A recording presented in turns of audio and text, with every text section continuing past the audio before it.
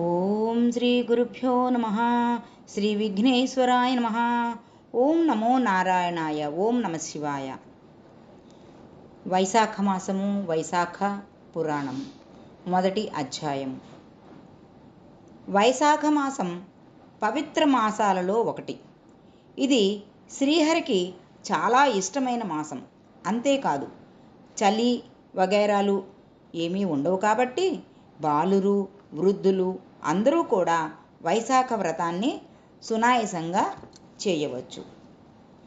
ఇక మనం వైశాఖ పురాణంలోకి వెళదామండి. 1వ అధ్యాయం, వైశాఖ మాస ప్రశంస. నారాయణం నమస్కృత్య నరం చైవ నరోత్తమం దేవీం సరస్వతిం వ్యాసం తతో జయముదీరయేత్. సూత మహర్షి సౌనకాది మహర్షులను ఉద్దేశించి ఇట్లు పలికెను. ఓ మహర్షులారా, వినుడు. రాజర్షియగు అంబరీషుడు బ్రహ్మ మానసపుత్రుడగు నారదును చూచి నమస్కరించి, మహర్షి, మీరు అన్ని మాసముల మహత్యమును వివరించిరి. అన్ని మాసములయందు వైశాఖ మాసము మిక్కిలి ఉత్తమమైనది. శ్రీ మహావిష్ణువునకు మిక్కిలి ప్రీతి పాత్రమైందని చెప్పినారు. వైశాఖ మాసము శ్రీ మహావిష్ణువునకు ఇష్టమగుడవడానికి కారణం ఏమిటి? ఈ మాసమందు విష్ణుకి ప్రియములైన ధర్మములేవి? మానవులు ఆచరింపవలసిన దానములను, వాని ఫలములను వివరింపగోరుచున్నాను. పూజ, దానము మున్నగు వానిని ఏ దైవమును ఉద్దేశించి చేయవలెను? వాటి ఫలమెట్టిది? పూజా ద్రవ్యములెట్టివి? మున్నగు విషయములను దయయుంచి వివరింపగోరుచున్నాను అని సవినయముగా ప్రశ్నించెను. నారదుడును, రాజర్షి అంబరీష, వినుమని ఇట్లు పలికెను. పూర్వము ఒకప్పుడు నేను బ్రహ్మను మాసముల మహిమను, మాస ధర్మములను వివరింపగోరితిని. బ్రహ్మయు, నారద, శ్రీ మహావిష్ణువు లక్ష్మీదేవికి మాస ధర్మములను చెప్పుచుండగా వింటిని. నీకిప్పుడు శ్రీ మహావిష్ణువు లక్ష్మీదేవికి చెప్పిన విషయమునే చెప్పుదును. మాసములన్నింటిలోకి కార్తీకము, మాఘము, వైశాఖము ఉత్తమములు. ఈ 3 మాసములలో వైశాఖ మాసము మిక్కిలి ఉత్తమమైనది. వైశాఖము ప్రాణులకు తల్లివలే సదా సర్వాభీష్టములను కలిగించును. ఈ మాసమునందు ఆచరించిన స్నానము, పూజ, దానము మున్నగునవి పాపములన్నింటినీ కూడా నశింపచేయును. ఈ మాసమున చేసిన స్నాన, పూజ, జప, దానాదులను దేవతలు సైతము తలవంచి గౌరవింతురు. విద్యలలో వేద విద్య వలె, మంత్రములలో ఓంకారము వలె, వృక్షములలో దివ్య వృక్షమైన కల్పవృక్షము వలె, ధేనువులలో కామధేనువు వలె, సర్వసర్పములో శేషుని వలె, పక్షులలో గరుత్మంతుని వలె, దేవతలలో శ్రీ మహావిష్ణువు వలె, చతుర్వర్ణములలో బ్రాహ్మణుల వలె, ఇష్టమైన వానిలో ప్రాణము వలె, సౌహార్దములు కల వారిలో భార్య వలె, నదులలో గంగానది వలె, కాంతి కలవారిలో సూర్యుని వలె, ఆయుధములలో చక్రము వలె, ధాతువులలో సువర్ణము వలె, విష్ణు భక్తులలో రుద్రుని వలె, రత్నములలో కౌస్తభము వలె, ధర్మహేతువులకు మాసములలో వైశాఖ మాసము ఉత్తమోత్తమైనది. విష్ణు ప్రియమగుట చేతనే వైశాఖ మాసమును మాధవ మాసమును అని కూడా అంటారు. విష్ణు ప్రీతిని కలిగించు మాసములలో వైశాఖ మాసమునకు సాటి అయినది ఏమీ లేదు.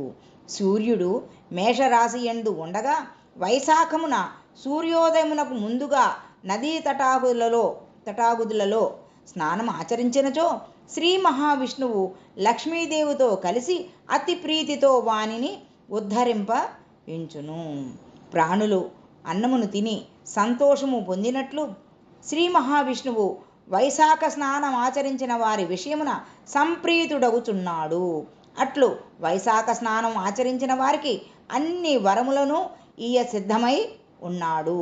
వైశాఖ మాసమున ఒకసారి మాత్రమే స్నానమును, పూజను చేసినను పాప విముక్తుడై విష్ణులోకమును చేరుచున్నాడు. వైశాఖమున వారం నాళ్ళు స్నానాధికము చేసినను ఈ మాత్రమునకే శ్రీహరి అనుగ్రహ బలమున కొన్ని వేల అశ్వమేధ యాగములను చేసినచో వచ్చున్నటువంటి పుణ్యము పొందును. స్నానము చేయు శక్తి లేక స్నాన సంకల్పం దృఢముగా ఉన్నచో అతడు 100 అశ్వమేధ యాగములు చేసినంత పుణ్యము పొందును.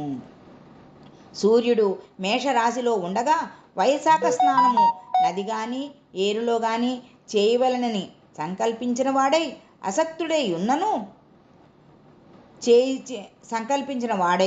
అసక్తుడై ఉన్నను కొంత దూరమైనను ఇంటి నుండి ప్రయాణమైన వాడు వైశాఖమున నదీ స్నాన సంకల్పం దృఢముగా ఉన్నచో అతను విష్ణు సాయుధ్యము పొందును. చూసారా, చెయ్యాలని సంకల్పం ఉంది కానీ చేయలేని పరిస్థితి ఉంది. కొంచెం దూరం వెళ్ళి చేయలేక మళ్ళీ తిరిగి వచ్చాడు. అయినా కూడాను అతను విష్ణు సాయుధ్యము పొందుతాడు. అంబరీష మహారాజా, సర్వలోకములు యందున్న తీర్థదేవతలు బాహ్య ప్రదేశమున ఉన్న జలము, నది అయినను తటాకమైనను సెలయేరు అయినను అందు చేరి ఉండును. జీవి చేసిన సర్వ పాపములను జీవి అట్టి జలమున పవిత్ర స్నానమును ఆచరించు వరకును యముని ఆజ్ఞను అనుసరించి జీవి సూక్ష్మ శరీరమును అనుసరించి వ్రత చేయుచునే ఉండును. జీవి వైశాఖమున అట్టి బాహ్య ప్రదేశమున ఉన్న జలమున స్నానం ఆచరింపగానే ఆ జలమును అధిష్ఠించి ఉన్న సర్వతీర్థ దేవతల శక్తి వలన ఆ జీవి చేసిన సర్వ పాపములు కూడా హరించును. సర్వతీర్థ దేవతలు సూర్యోదయమును మొదలుకొని 6 గడియల వరకు బాహ్య ప్రదేశమునందున్న ఆ నది తటాకాది జలములను ఆశ్రయించి ఉండును. ఆ జలమున తామున్న సమయమున స్నానం ఆచరించిన వారి పాపములను ఆ దేవతలు నశింపచేయుదురు. మరి సూర్యోదయము మొదలుకొని 6 గడియల వరకు అటువంటి జలాల్లో సర్వదేవతలు ఉంటారు.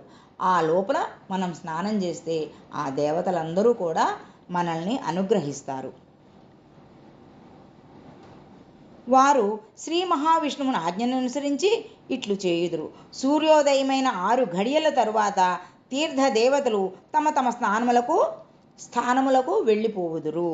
మరలా సూర్యోదయమునకు ముందుగా బాహ్య ప్రదేశమందున్న జలమును ఆవహించి స్నానమాడిన వారి పాపములను నశింపచేయుచు ఉందురు. మొదటి అధ్యాయం పూర్తయిందండి. రేపు 2వ అధ్యాయము, మరలా రేపు ఉదయాన్నే మనం 2వ అధ్యాయంలోకి వద్దామండి. మరి తప్పనిసరిగా ప్రతి ఒక్కరూ కూడా కార్తీక మాసం, మాఘమాసం ఎలా ఉదయాన్నే స్నానం చేశారో అలాగే ఈ వైశాఖ మాసం కూడా ఉదయాన్నే సూర్యోదయానికి ముందుగానే చక్కగా స్నానాలు, కాలకృత్యాలను తీర్చుకొని మరి వైష్ణవ ఆరాధన చేసుకోవడం చాలా చాలా మంచిది, విశేషము. కాబట్టి అందరూ అలా చేసి విష్ణువు యొక్క ఆశీస్సులు పొందవలసిందిగా కోరుతూ ఈ వైశాఖ పురాణాన్ని ప్రారంభం చేస్తున్నామండి. ఓం తత్సత్. ఓం నమో నారాయణాయ. ఓం నమో నమః శివాయ.